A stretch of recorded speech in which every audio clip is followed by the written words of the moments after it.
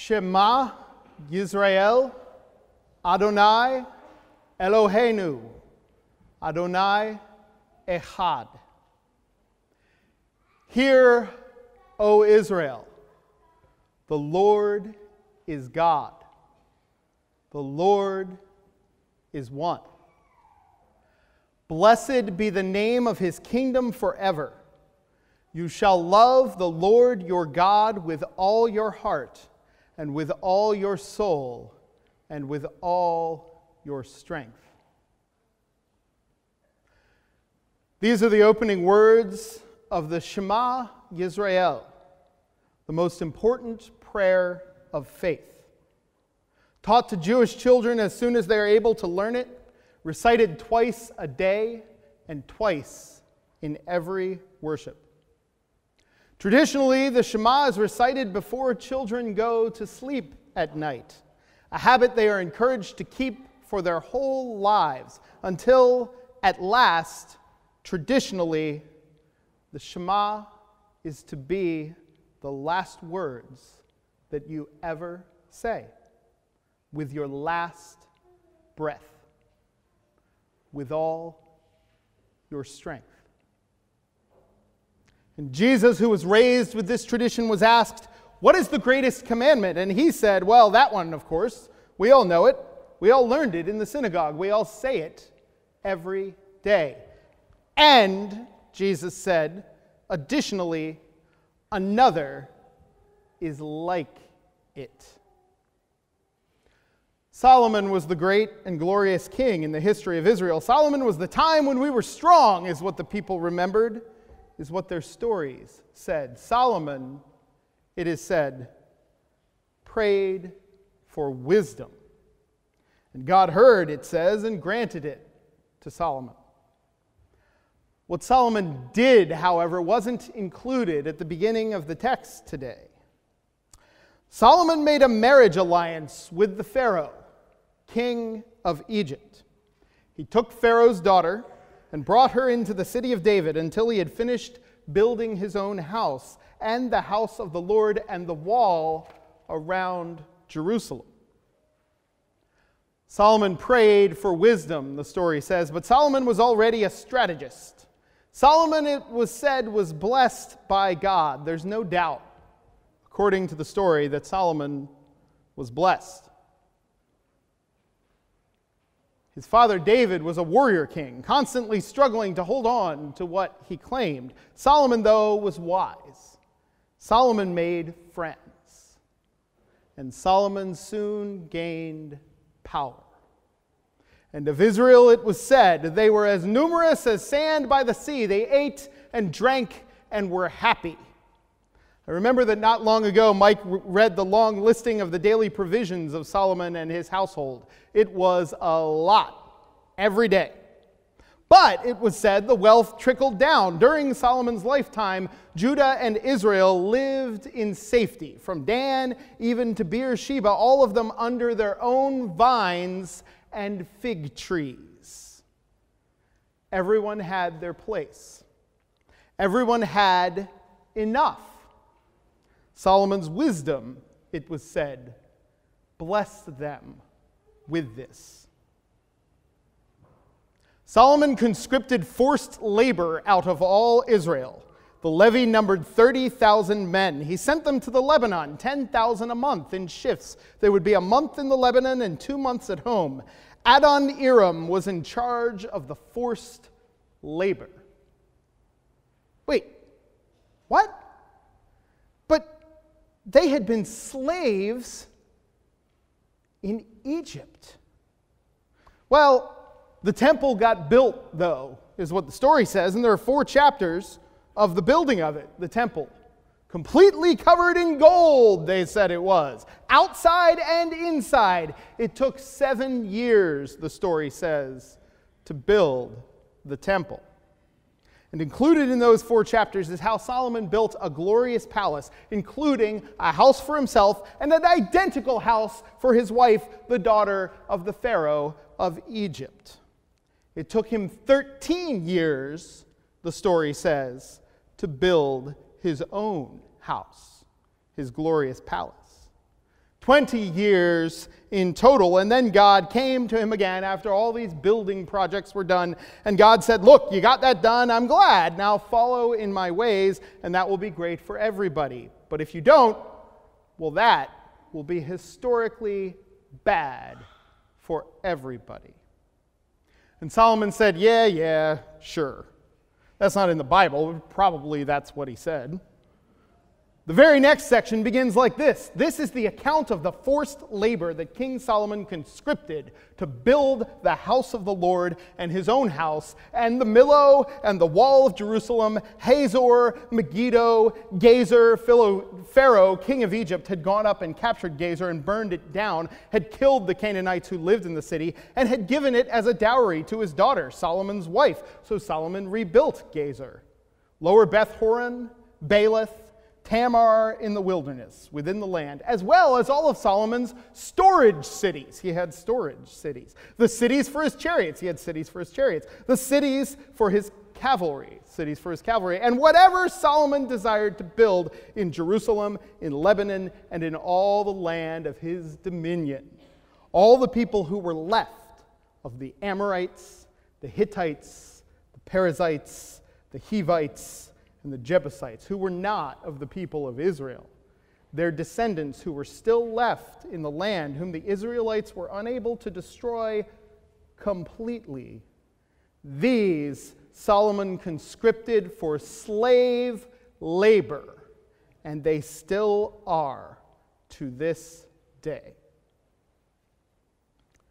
Later it says this: Solomon gathered together chariots and horses. He had 1,400 chariots and 12,000 horses, which he stationed in the chariot cities and with the king in Jerusalem. The king made silver as common in Jerusalem as stones, and he made cedars as numerous as the sycamores of the Shephelah. Solomon's import of horses was from Egypt and Kui, and the king's traders received them from Kui at a price.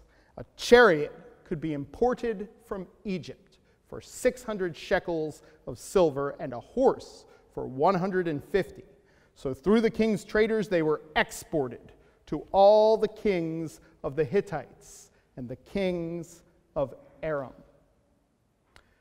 In other words, in case you missed it in there, Solomon became a slaver. In fact, created a permanent slave class of those who lived in the land who were regarded as foreign, and also Solomon became an arms dealer. He collaborated with Egypt to destroy the cities around him and enslave their people. He bought horses and chariots from Egypt and sold them to his vassals. Solomon, in other words, fit right in to the politics of his time, of his day. He got with the program. He paid all the right prices. He made all the right friends. The people had been slaves in Egypt. And when they tried to escape slavery, when they grouped together and set out on foot, trying desperately to reach a better life, believing in the promises that God had held out to them, the Egyptians sent the most powerful army in the world to hunt them down with chariots and horses. This is what Solomon, in his wisdom, did. This is what he led the people to become. And they accepted it, the story says, because they wanted to stop being afraid. They went along with it, the story says, because they wanted to be strong, like their neighbors. They wanted to be in charge. They wanted to be unassailable. They wanted to be like Egypt. The term deal with the devil comes to mind for some reason. There's a Nietzsche quote I like that says, "Whoever sets out to fight monsters must take care that in the process he does not become a monster." Wisdom, according to many, in Solomon's day and to this day, is to use your powers and your privileges, your blessings, to build up your riches, build up your defenses, Build a wall around what's yours. Enter into the arms race. Make sure that you have the most chariots. This is wisdom. Don't escape from Egypt. Don't avoid the power of the empire. Become Egypt. Be the empire. I am heartbroken today for our Jewish brothers and sisters who have endured so much, who in 2016 endured a 35% increase in hate crimes directed against them in this country, and in 2017 endured a 60% increase over that. And now it is 2018, and 11 of those who recited the Shema Yisrael were slaughtered just yesterday as they worshiped together, even as we are worshiping together now. The devil of anti-Semitism fills our land, as it fills our history, as it fills Lutheran history, human history. I am heartbroken for our Jewish brothers and sisters, but I am also heartbroken for all of us. We human beings, we Americans, we people of privilege who can't seem to see and understand that hate doesn't start with shooting, that the seeds of destruction aren't planted by overt bigotry. Hate begins with othering, with accepting or with not opposing the lie that there are good people and bad people, people who are worthy and people who are not worthy, people who deserve us and people who are trying to take what we deserve them. Hate begins with allowing the idea of the enemy, the monster that is coming, to infect our souls. It is a lie, and it is repeated so often and so everywhere that too many of us accept it without thinking. Too many of us let it go by without saying anything. Too many of us believe it. We are, like the people of ancient Israel, too ready to become a monster, to be certain that we are winning, defeating the monsters that they tell us exist. Israel was willing to enslave in order to not be enslaved. What are we ourselves willing to do? Where is the line for us in our society? What are we willing to accept in our name? Would human beings always and forever rather play the corrupt game? The one where you try to gather the most chariots, take the chance that we'll be among the few winners and not part of the great mass of losers, then take a chance on changing the game, or ending it, or refusing to play along. I can't anymore for myself. Jesus said another is like it. You shall love your neighbor as yourself. The greatest commandment, the Shema, with every breath, and also this is like it. Love the other humans. I think we're supposed to choose to hear that as a command. There is no exception in it for being scared. There is no exception for being of sympathetic view with those who say otherwise. There is no exception for, but what about them, though? There are no exceptions to it. That's what I believe. We can't do everything. We can't fix everything, but we can try to change what we say. We can stop letting the words that leave our lips or our typing fingers be words of fear and division and othering. We can stop wasting our breaths. We can teach our children the words and the ways of love by what we say and by what we do. We can stop listening to those who say otherwise. We can stop going along with it We can refuse, as far as it is within our power, to allow seeds of hatred to be planted. We can stop listening to the lie. We can weep for our brothers and sisters, and we do, but we can also do something. We can change.